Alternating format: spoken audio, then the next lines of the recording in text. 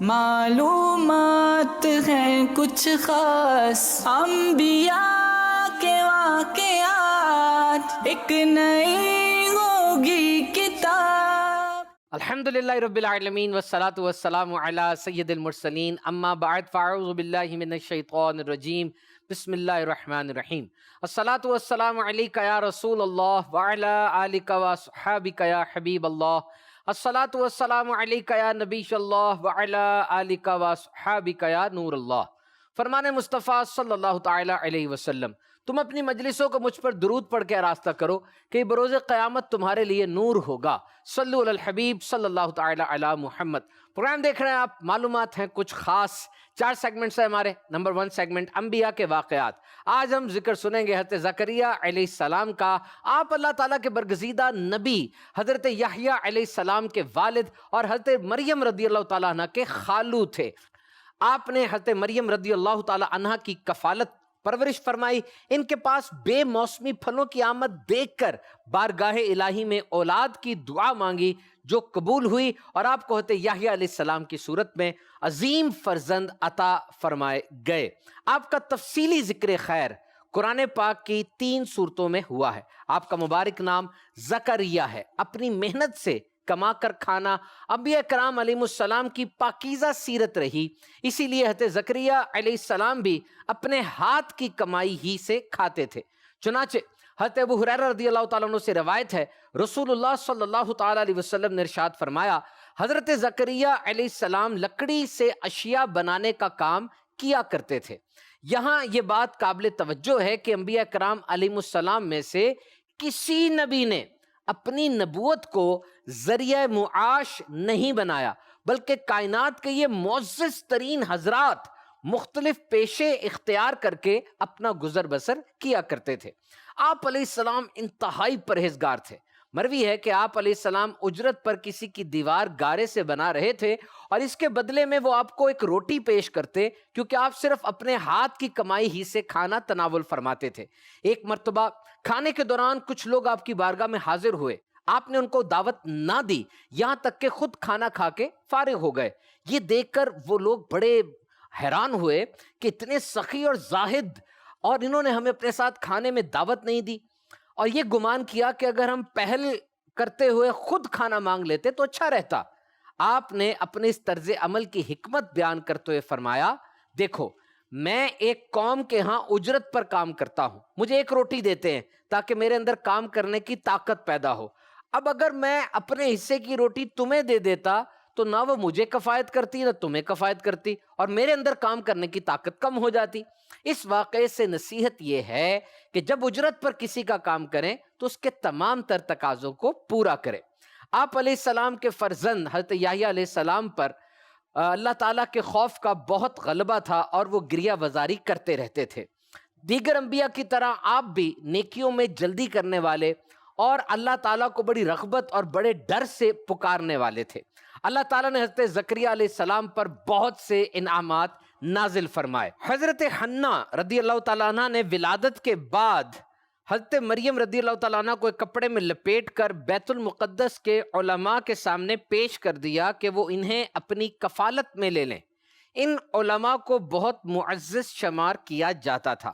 یہ علماء حضرت ہارون علیہ السلام کی اولاد میں سے تھے اور بیت المقدس کی خدمت پر مقرر تھے۔ چونکہ حضرت مریم رضی اللہ تعالیٰ عنہ حضرت عمران رضی اللہ تعالیٰ عنہ کی بیٹی تھیں، جو ان علماء میں ممتاز تھے، اور ان کا خاندان بھی بنی اسرائیل میں بہت اعلیٰ اور صاحب علم خاندان تھا، اسی لیے 27 کے قریب ان سب علماء نے حضرت مریم رضی اللہ تعالیٰ عنہ کو اپنی پرورش میں لینے کا اظہار کیا۔ حضرت زکریا علیہ السلام نے فرمایا، میں ان کا سب سے زیادہ حقدار ہوں، کیونکہ میرے گھر میں ان کی خالہ ہیں۔ معاملہ اس پر ختم ہوا کہ قرآن اندازی کی جائے۔ چنانچہ جن قلموں سے تورات لکھا کرتے تھے، پین سے، ان کے ذریعے قرآن اندازی کی گئی، اور طے یہ پایا کہ ہر کوئی اپنا قلم پانی میں رکھے گا، جس کا پین پانی کے بہاؤ کے الٹی طرف بہنا شروع کر دے گا وہ کفالت کا حقدار ہوگا۔ سب نے اپنا اپنا قلم پانی میں ڈال دیا تو حضرت زکریا علیہ السلام کا قلم الٹی طرف بہنا شروع ہو گیا۔ اس طرح حضرت مریم رضی اللہ تعالی عنہا آپ کی کفالت میں آ گئیں۔ فرمان خداوندی کے مطابق یہ معلومات غیب کی خبروں سے تعلق رکھتی ہیں جن کا علم اللہ تعالیٰ نے قرآن کے ذریعے نبی کریم صلی اللہ علیہ وسلم کو عطا فرمایا۔ یہ بھی معلوم ہوا کہ عام معاملات میں قرعہ اندازی سے بھی فیصلہ کیا جا سکتا ہے، جیسے رسول اللہ صلی اللہ تعالی علیہ وسلم سفر میں ساتھ لے جانے کے لیے ازواج مطہرات کے درمیان قرعہ اندازی فرمایا کرتے تھے۔ حضرت مریم کی کفالت ملنے کے بعد حضرت زکریا علیہ السلام نے ان کی پرورش پر خصوصی توجہ فرمائی اور آپ نے ان کے لیے کمرہ مخصوص فرما دیا جس میں آپ کے سوا کوئی داخل نہ ہوتا تھا۔ اللہ تعالیٰ نے حضرت مریم کو بہت عظمت عطا فرمائی۔ آپ کی پرورش دوسرے بچوں کے مقابلے میں بہت تیزی سے ہوئی۔ آپ کے پاس بے موسم کے پھل آتے جو جنت سے اترتے تھے۔ جب حضرت زکریا علیہ السلام حضرت مریم رضی اللہ تعالیٰ عنہا کے پاس عبادت گاہ میں جاتے محراب میں تو وہاں بے موسم کے پھل آتے۔ ایک مرتبہ آپ نے پوچھ لیا، اے مریم یہ تمہارے پاس کہاں سے آتا ہے؟ انہوں نے جواب دیا، یہ اللہ کی طرف سے ہے، بے شک اللہ جسے چاہتا ہے بے شمار رزق عطا فرماتا ہے۔ تو حضرت زکریا علیہ السلام کی عمر شریف جو اس وقت 75 یا 80 سال تک پہنچ چکی تھی، مگر آپ کے پاس اولاد جیسی نعمت نہ تھی۔ دوسری طرف آپ کو اپنے رشتہ داروں میں بھی کوئی ایسا نیک و صالح مرد نظر نہیں آتا تھا جو آپ کی وفات کے بعد اس قابل ہو کہ وہ علم و نبوت میں آپ کا جانشین بن سکے اور دین کی خدمت سر انجام دے سکے، بلکہ آپ کے رشتہ داروں میں کئی شریر بھی تھے اور آپ کو خوف تھا کہ کہیں میرے بعد یہ دین میں تبدیلیاں شروع نہ کر دیں۔ اس وجہ سے آپ بہت فکر مند رہتے تھے، اور جب یہ احساس زیادہ بڑھا تو آپ نے ایک مرتبہ یوں دعا کی، اے میرے رب بے شک میری ہڈی کمزور ہو گئی اور سر نے بڑھاپے کا شعلہ چمکا دیا، بوڑھا ہو گیا ہوں میں، اے میرے رب میں تجھے پکار کر کبھی محروم نہیں رہا، اور بے شک مجھے اپنے بعد اپنے رشتہ داروں کا ڈر ہے اور میری بیوی بانجھ ہے، تو مجھے اپنے پاس سے کوئی ایسا وارث عطا فرما جو میرا جانشین ہو اور یعقوب کی اولاد کا وارث ہو، اور اے میرے رب اسے پسندیدہ بنا دے۔ اب حضرت زکریا علیہ السلام نے کس قدر خوبصورت انداز سے دعا فرمائی۔ اس سے معلوم ہوا کہ جب بھی اللہ تعالیٰ کی بارگاہ میں دعا مانگی جائے تو پہلے ان امور کا ذکر کیا جائے جس سے دعا مانگنے والے کی عاجزی اور انکساری کا اظہار ہوتا ہے۔ نیز اپنی حاجت عرض کرنے سے پہلے اپنے اوپر اللہ کی نعمت و رحمت و لطف و کرم کا ذکر کیا جائے، اور پہلے جو دعا قبول ہو چکی اسے دوبارہ دعا کرتے وقت اللہ تعالیٰ کی بارگاہ میں وسیلہ بنایا جائے۔ تو پھر یہاں پر حضرت جبریل امین علیہ السلام وہ حضرت زکریا علیہ السلام کے پاس آئے اور انہوں نے فرزند کی بشارت دیتے ہوئے عرض کی، بے شک اللہ آپ کو یحییٰ کی خوشخبری دیتا ہے جو اللہ کی طرف ایک کلمہ کی تصدیق کرے گا اور وہ سردار ہوگا اور ہمیشہ عورتوں سے بچنے والا اور صالحین میں سے ایک نبی ہوگا۔ یہ غیبی خبر حضرت جبریل امین علیہ السلام کے ذریعے حضرت زکریا علیہ السلام کو معلوم ہوئی۔ بیٹے کی بشارت سن کر بڑھاپے میں اولاد کی پیدائش پر حیرت و تعجب کے ساتھ آپ نے بارگاہ الہی میں عرض کی، اے میرے رب میرے ہاں لڑکا کیسے پیدا ہوگا، حالانکہ مجھے بڑھاپا پہنچ چکا ہے اور میری بیوی بھی بانجھ ہے۔ اب یہاں پر جب حضرت زکریا علیہ السلام یہ عرض کر رہے ہیں بارگاہ خداوندی میں تو آپ کی عمر 120 سال ہے اور آپ کی زوجہ کی 98 ایئرز ہے۔ اب یہاں پر بیٹا کیسے عطا ہوگا؟ آیا میری جوانی واپس لوٹائی جائے گی، زوجہ کا بانجھ ہونا دور کیا جائے گا، یا ہم دونوں اپنے حال پر رہیں گے؟ یہ انہیں ایک تعجب تھا۔ تو رب تعالیٰ نے فرمایا، جواب میں فرمایا کہ بیٹا اسی حالت میں دیا جائے گا، اور یہ اللہ تعالیٰ کے لیے بہت آسان ہے۔ بڑھاپے کے عوارض یعنی جو ڈی جنریٹو چینجز ہوتی ہیں دور کر کے آپ میں جوانوں کسی قوت و توانائی پیدا کر دے گا، اور آپ کی بیوی کے مرض کو دور کر کے انہیں صحت عطا کر دے گا، جیسے اللہ تعالیٰ نے حضرت یحییٰ علیہ السلام سے پہلے آپ یعنی زکریا علیہ السلام کو اس وقت پیدا کر دیا جب آج کچھ بھی نہ تھے۔ تو رب تعالیٰ معدوم کو موجود کرنے پر قادر ہے، وہ بڑھاپے میں اولاد عطا فرمانے پر بھی یقیناً قادر ہے۔ تو یہاں پر مدنی چینل کے ناظرین یہ بھی ایک معجزہ ہے، اور اس سے یہ بھی معلوم ہوا کہ نیک بیٹا اس کی دعا کی جا سکتی ہے، سنت نبی ہے، اگر تو اس میں نیت اس بات کی ہو کہ وہ دین کا کام کرے گا۔